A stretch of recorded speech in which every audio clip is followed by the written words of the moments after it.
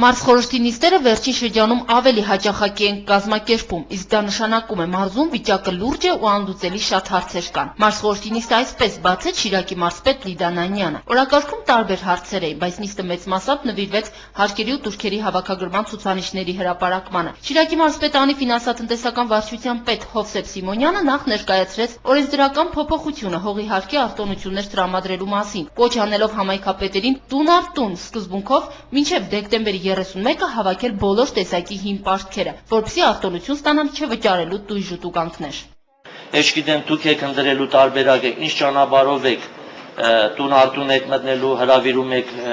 համայնքային ժողով, ինչ ճանապարհով եք, բայց բոլոր բնակիչները, հարկատուները պետք է ծանոթ լինեն այս օրենքի հետ։ Այնուհետև ներկայացվեց անցած 4 ամիսների ընթացքում հարկերի հավաքագրման ու սեփական եկամուտների կատարման ցուցանիշը ըստ տարածաշրջանների։ Այս գործընթացը դարձյալ ֆինանսատնտեսական մասնագետին ու Շիրակի մարզպետին չի գոհացնում։ Միջին ցուցանիշը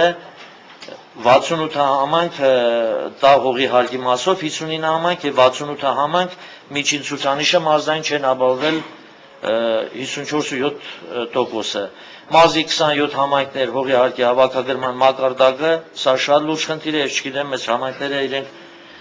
նույնիսկ չեն կատարել նախատեսվածի 20%-ը, ես ստիպված եմ այստեղ տոկոսային առումով ներկայացնել Տիկին Նանյան։ Նախ մեր լրեք, եթե ժամը 11-ին հայտարարված էր մարզխորհրդի նիստը, ինչ համար էին զուսացող ներկային։ Սրանից հետո ոչ մի մարզխորհրդի նիստի աշխատանքի սկսելուց հետո ոչ մեկը չպետք է մտնեք, մեկ։ Երկրորդը, ինչ նշանակում հեռախոսների միասով մտել է։ Վերջը հարյուր անգամ խոչել կարելի մի բառը ասել մի բան։ Ինչ է դա նշանակում։ Կիրթ լինելու հարցը չեք կարող ձեզ զսպեք կամ ձեզ բայ հասկացեք բոլոր տուն եք հեռախոս։ Եվ նորից են անգամ էլ ասել, որ պետության հաշվին ունեք դա։ Մարզպետն հանձնարարեց համայնքապետերին այսուհետև ոչ թե ամիսը մեկ, այլ ամեն 10 օրը մեկ անգամ մարզպետարան ներկայացնել հարկերի ու պարտքերի հավաքագրման մասով նոր ցուցանիշներ, խոստանալով պատիժներ սահմանել անհնազանդ ու ծույլ գյուղապետերին, օրինակ հանել գյուղը գազաֆիկացման ծրագրից։ Որպեսզի կարողանան հողի հարկի ապարտները դուք հավաքագրեք, դուք ինչի եք ծամում, դուք էլ մի հատ ասեք։ Ո՞նց եք ծամում, ես տեսնում եմ, ասում եք չեմ ծամում։ Երկրորդ, ուրեմն ես ուզում եմ ձեզ հասկացնեմ, որ դուք կարողանաք ձեր ապարտները հավաքեք եւ ձեր ժողովրդին ազատեք այդ տուժից։ Առաջի հերթին իհարկե բորբոքված Սիմոնյանը խոսեց 10 օրյա ժամկետում պարտադիր կարգով բոլոր համայնքի ղեկավարները ծամուցագիր իջեցնեն իրենց համայնքի անդամներին։ Հարկերի հավաքագրման գործընթացը ցածր է հատկապես Աշոտսկի Ամասիայի տարածաշրջաններում։ Մինչև խոտը չծախենք ոչ մի կոպեկ էլ մուծել չենք կարողանա։ Այս տարի գյուղից խոպան գնացող է չի եղել։ Բարձրաձայնում էին տեղից համայնքապետերը։ Այս տարածաշրջաններում կան գյուղեր, որոնք կուտակած աշխատավարձի պարտքեր ունեն։ Ու այս ամենի հետ էլ մարզպետարանի պատվիրակությանը դիմավորում է գյուղապետարանի փակ դուռը։ Վերջին փաստը հատկապես խիստ է վրդովեցրել մարզային հանձնաժողովին։ Արփենի, Ղազանչի, փոքր Սեպասար, փոքր Սեպասարը սա որ այստեղից տեղ չի գնում, ստեղա։ Բայց իր հիմնական գործը երբեք չի անում։ Ինչ մնում է այն հարցին, որ գնացինք այնտեղ փակեր դուռը,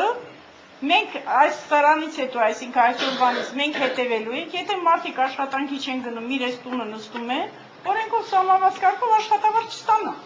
Հերթական գյուղը Վարդաղբյուր համայնքներ 27 գյուղերի շարքում, որի գյուղապետը եւս անբավարար ստացավ ընկեր մարզպետի կողմից 11 միլիոն դրամ պարտք ունենալու համար։ Նայում ես տեսքի, հəbə դու ինչի համար ես այդտեղ աշխատում։ Ցեպտեմ քցել եք մերի, հա՞։ Չլսեցի։ Հավաքենք, եվ ուրեմն պարտավորագիր գրավոր դուրս կգաս ու կգրես երպես հավաքելու, այն մի 25 ընտանիքանոց գյուղներ, չէ՞ որ եկած է։ Ինչի համար եք աշխատում։ Կռվում, դառնում թշնամի իրար, դառնում եք համայնքի ղեկավար, որ այսօրվա օրը զրոյի վրա նստեք։ Խոսելու արտահայտվելու հնարավորություն տրվեց նաև գյուղապետերին։ Նրանց մեծ մասին, ինչպես եւ Սեպասարի համայնքապետին, հետաքրքրում էր հարկերի հավաքագրումից ավելի հողի սեփականաշտորման գործընթացը։ Իբր հավաքագրել ես եւ հողի սեփականաշտորում, հա։ Խանը հələ փոքր սեպասար միատնային չկա նա։ Որ են տվել։ Որը հողի սեփականաշնորհը։ Նախ պարոն նախագահի նախընտրական խոսման մեջ դա չկա, դա մենք արդեն արել էինք մի վարքյան։ Երկրորդը, այդտեղ հասելա կադաստրի հետ կապված ինչ որ հարցեր կա։